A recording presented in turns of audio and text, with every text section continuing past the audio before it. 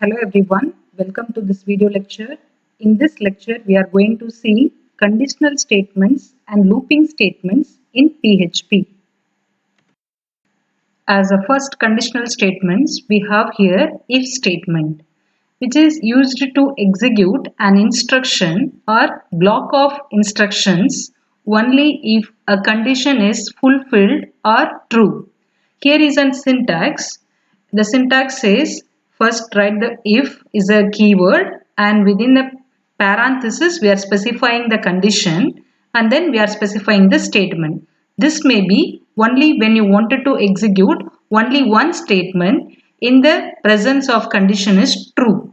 Okay, in case if you have more than one statement, the syntax is going to be if and specify the condition within the parenthesis.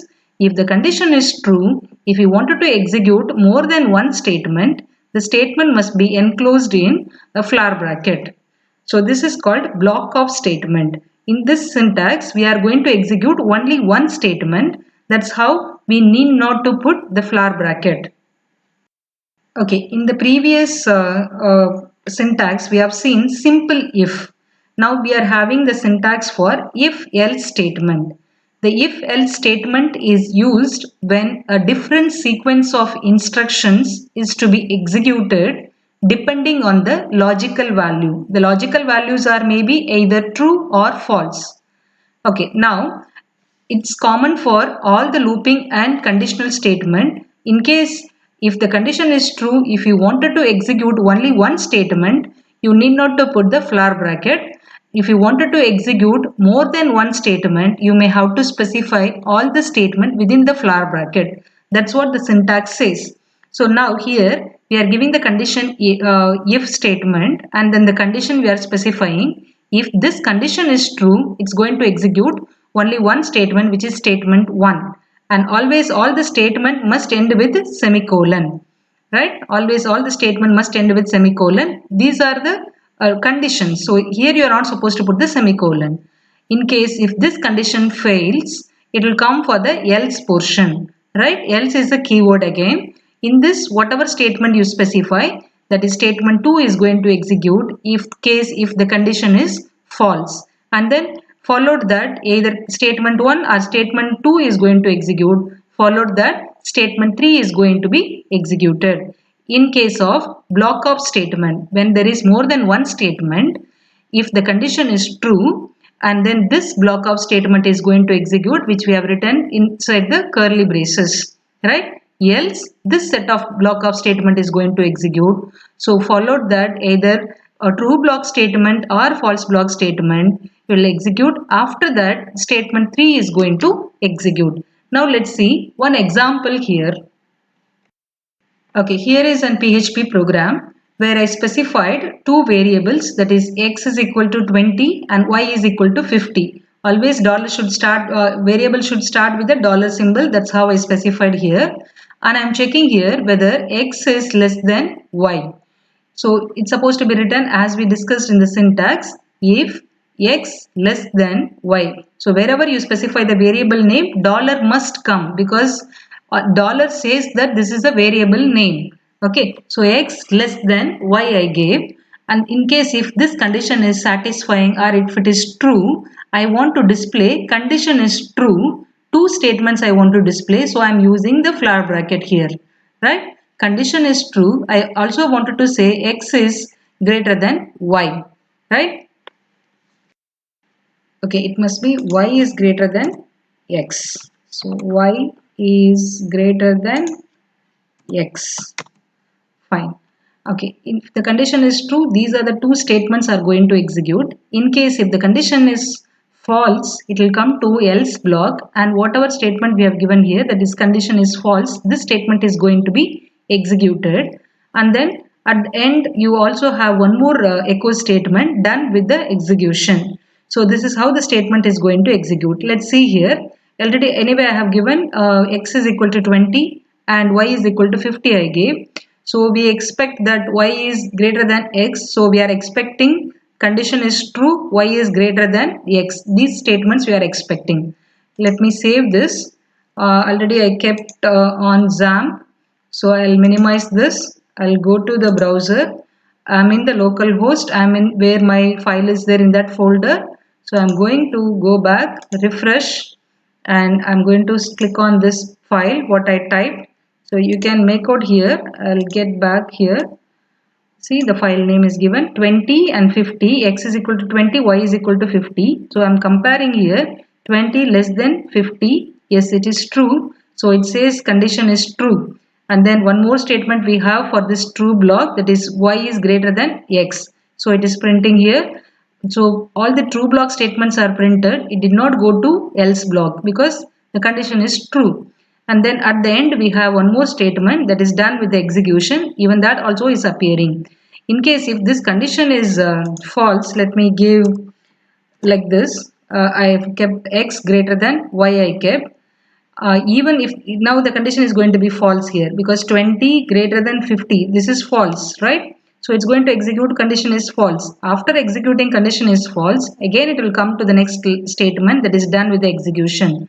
Let me save this. Let us refresh and see. It says here condition is false. Even it's coming for the last execution statement.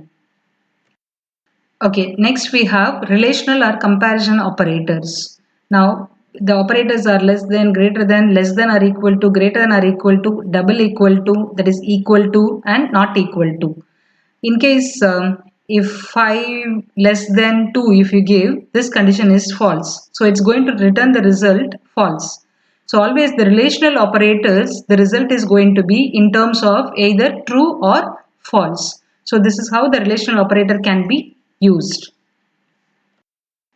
Next we have logical operators. The logical operators are double ampersand should be told for a logical and then double pipeline should be told for logical or, and exclamatory mark should be told for not.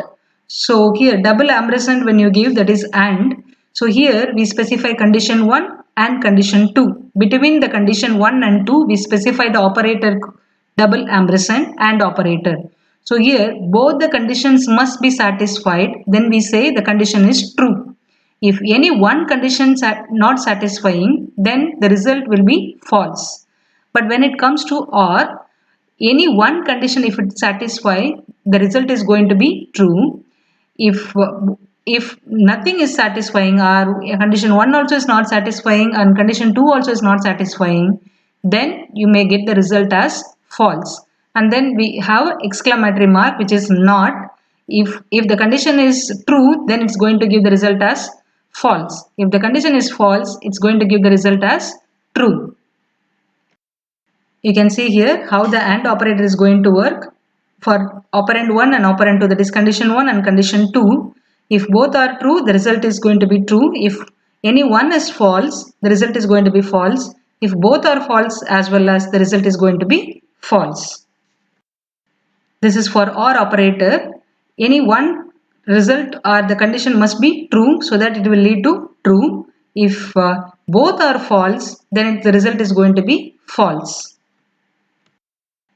This is for not operator. If the result is false, if the condition is false, the result is going to be true. If the condition is true, the result is going to be false. Okay, here we have switch statement which checks several possible constant values for an expression. It's nothing but it's a kind of branching statement. Here, whatever value is specified in expression, that value will be verified against all the cases. The syntax is right switch, and then within a parenthesis you may have to specify the condition or the expression. It can be anything, and then start with the flower bracket. At the end it must be closed with the flower bracket, and then here write a case. Case is a keyword here, case, and what expression value you are specifying here, that is expression 1, and followed that it must be colon, and you can specify the block of statement here.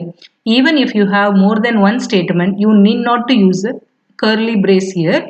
Just specify all the list of statements, and it must end with the semicolon, all the statements, and all these cases must end with the break statement. And then here I specified case and the expression 2, and specify as many as cases you require, at the end you may have to say what is default case. In case if this expression is matching with this expression 1, this block of statement is going to execute, and when it sees the break statement it will come out of the loop. Okay, if you fail to give a break statement, even though if the expression is matching with the expression 1, it will execute the block of statement here. If break statement is not there in this case, it will go for the next case as well, and it will check whether it is matching or not. Okay, in case if even if it is not matching, it will go and check here. So that's how the break statement is playing an important role. So every cases must end with a break. Let's see one example for this switch case. Okay, here is a code where I specified a choice variable and then I initialize the value to the choice variable as 5, and I'm giving this choice variable as an expression or condition, and then here I'm having the multiple cases, case 1, case 2, case 3, and then I also have a default case. So now case is the keyword I type here, and then I'm expecting in case if the choice is 1, execute the addition of, or the addition result is, and I wanted to add 5 plus 2, 7, I wanted to get it. And then in case if case is 1, execute this statement and come out of the loop. That's to say that I'm writing it break here. In case if you fail to write break here, even though if the choice is 1, it will execute the statement and will come to the next case and it will verify whether it is matching. So this is how the break is playing an important role here.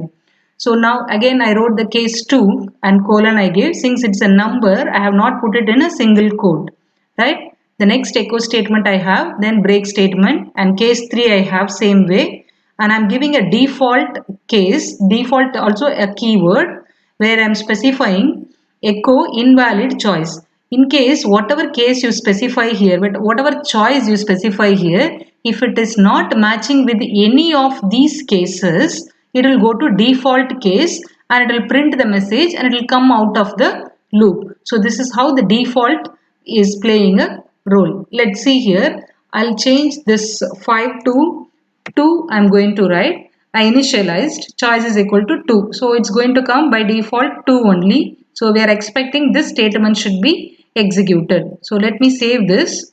Let us execute. Okay, switch. Okay, here you can see the subtraction result is 3.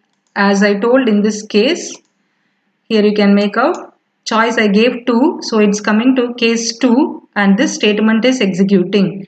I have this text here, the subtracting result is, and I use the concatenated operator, and then here I'm having the value to be subtracted 5 minus 2, 3 is displaying. And since I gave a break, it just came out. In case if I fail to give a break, it will go to all the cases and it will try whether it is matching or not. It will lead to less efficiency of the program execution.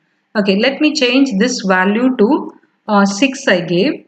Okay, so here no cases is going to match, so it's going to go for a default case. So now let me save this. I will refresh here. You can make out it says that invalid choice because case choice I gave 6, right? Okay, here is another example for switch. In the previous example, I used numbers as a case value. Here I am using a character or string as a case value. So that's how I brought this example here.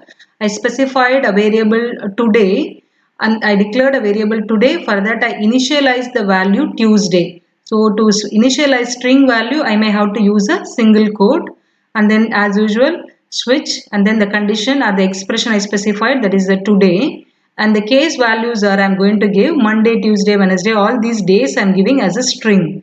The default also is specified here. So since it is a string, I supposed to give in single quote. And then here I have the statement Monday's child is favor for face. Okay, so this is what text I want to display. What is this backslash, the front slash says? I wanted this apostrophe or single quote. I wanted to get it in output. You may have to use this slash, right? So any special character like this, when you wanted to have it in your output, double quote or single quote or any other character, you may have to write first the backward slash and then the character you may have to specify so that it will appear in the screen. If you fail to give so, it will just display Monday and it will say error. These rest of the string is error. Okay, it's not covered in echo statement. That's how it will say. So you may have to use this a slash. Okay, so now let us execute and see. I specified today's value as Tuesday. So let me execute this. Okay, let me go back. I have the file switch to dot, yeah, Tuesday child is full of grace, right? So that's what it's there in this file as well. Tuesday is specified. Tuesday means the child is full of grace, right? This is the text I want to display, so it is displaying here, right? In case if any of the string is not matching, so let me give here only Tuesday I gave. Let me save this and I'm expecting the result as no information available for that day, right? So let me refresh here. So it says no information available for that day because I have given the value as Tuesday. Okay, this string is not matching with any of the string. So this is how the switch case can be used in terms of number label or string label. Okay, next we have while loop. The while loop keeps repeating an action until an associated condition returns false. So here first you may have to specify the initialization, that is initial value, and then start with the while is a keyword, specify the condition. If this condition is true, then the block of statement is going to execute. And without fail, you must have either increment or decrement statement to keep repeatedly to check this condition whether it is true or false. So this is the concept of while loop. So here is a flow chart. The program flow is entering into the condition first. If the condition is true, the body of the loop is going to execute, and then again it will come back and it will check the condition. If the condition is true, again the body of the loop is going to execute, and then again it will come back and it will check the condition. If the condition is true, it will continue the same process, or else if the condition is false, it will come back and it will exit. Okay, this is how the while loop will work.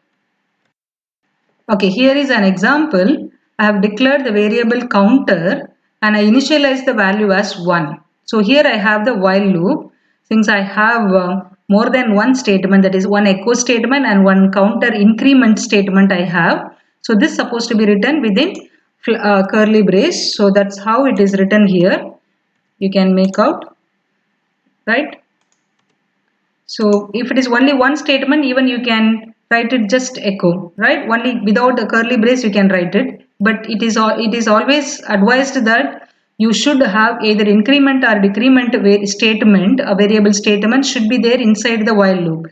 Otherwise it will go to infinite loop. So here counter is equal to 1 I specified. So it comes to while loop. The next statement is while. So it comes to while loop. And then here it's checking whether the counter is less than 10. Yes, of course, initially the counter value is 1. So 1 is less than 10. It's going to print x. So I told to print x.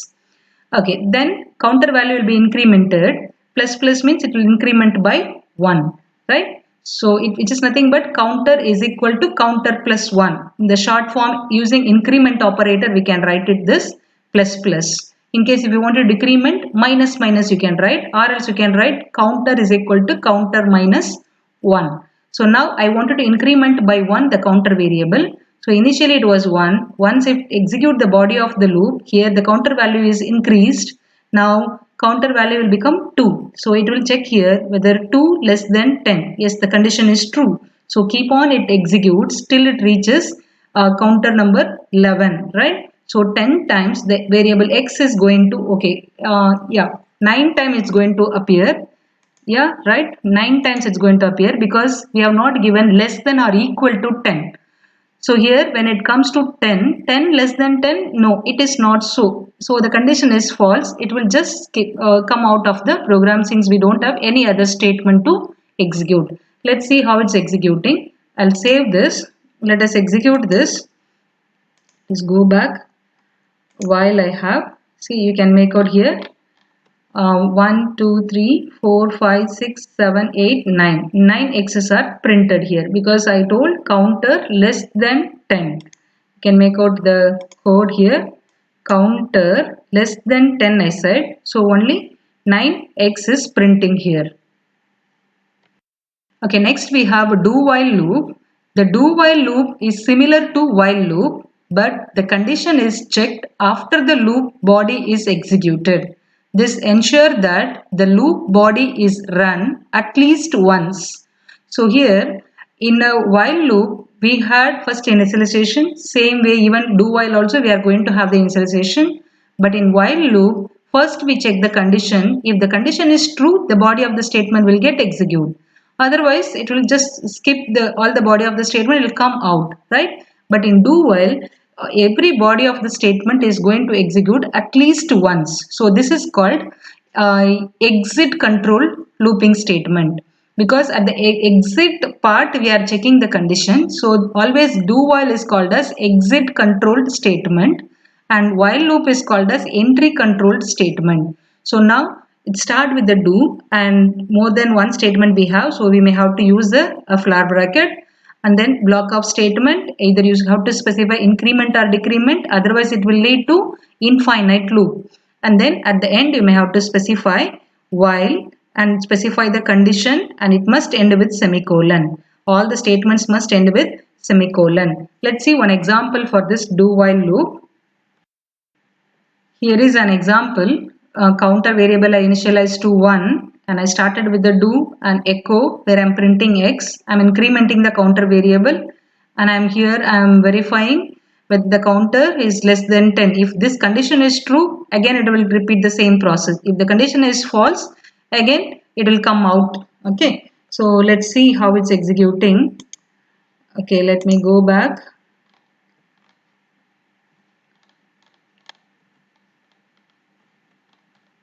Okay, do while. Yeah, so you can make out here the same output you are getting it even here as well, right?